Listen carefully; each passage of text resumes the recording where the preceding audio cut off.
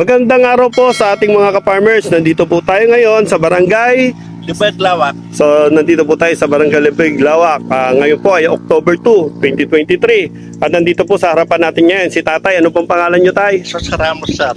Ano po?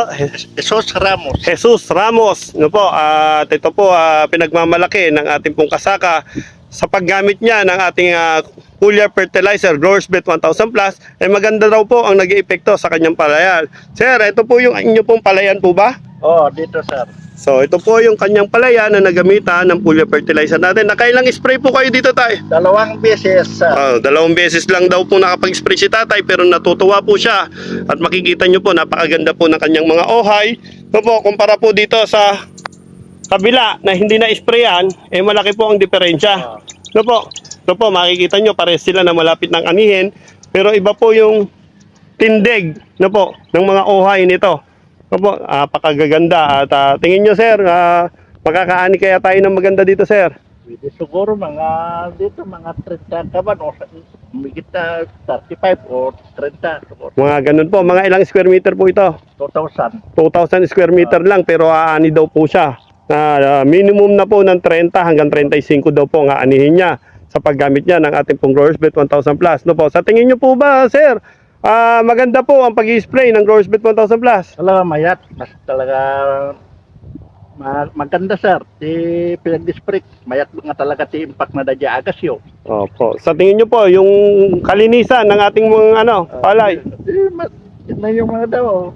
Talaga Opo. kinis. Makinis po. Pagdating naman po sa damo, parang napapansin ko, parang walang damo. Siyempre, nalagaan ko man. Talagang inalagaan nyo rin.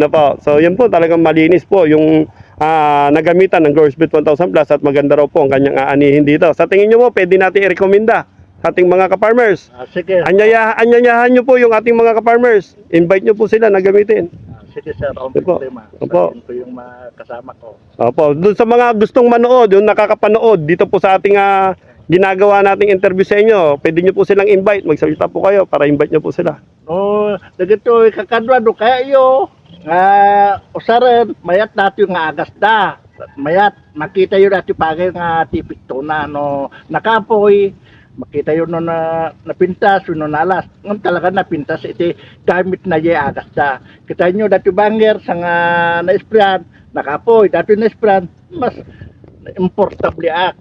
So nga may ayatada mat kakabsat nga nakausap ti kasya nga agas ta libre nga intinda kanya. Opo, yun po. Napakaganda daw po ng naging epekto ng paggamit ng Growers Bet 1000 Plus dito po sa ating pong kasaka.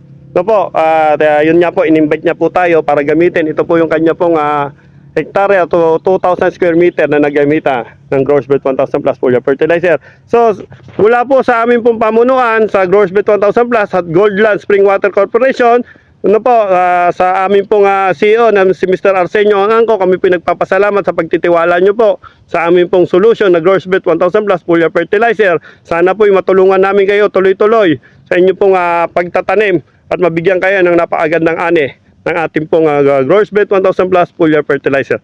Maraming salamat po, Tay.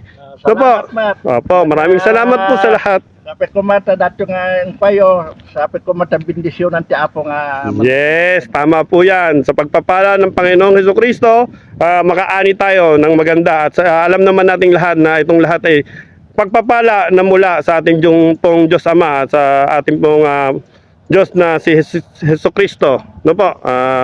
Sa tulong po ng ating CEO na si Arsenio Angangco, mas marami pa pong farmers ang ating matutulungan, at gaganda ang ani, gaganda ang buhay ng ating mga ka-farmers dito po sa Growers Bet 1000 Plus. Maraming salamat po sa susunod po ulit na update namin dito po sa ating po Marketing Director Erickson Sanchez po, nag-update para sa ating mga ka-farmers. Maraming salamat po.